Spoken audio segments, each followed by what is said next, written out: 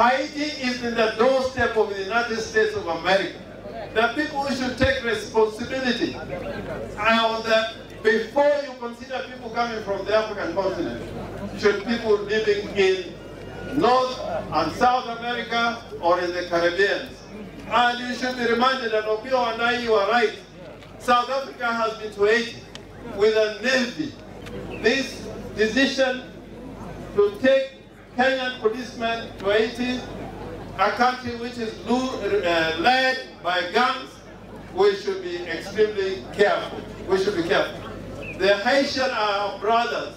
They are black people. They fought against the French. They are the first black people we can say were truly patriotic to create an enclave of Africans in the Caribbean.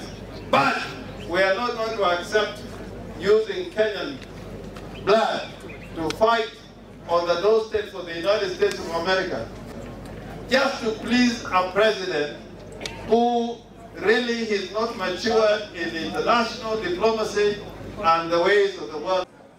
The fact that we are in dialogue, the fact that we are engaged in dialogue with Kenya Kwanza, does not mean that we abdicate our oversight responsibility.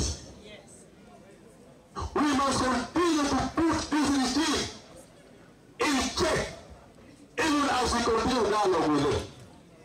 As Ruto wants to take our policemen and women to Haiti, and yet we have got problems here that the police need to deal with.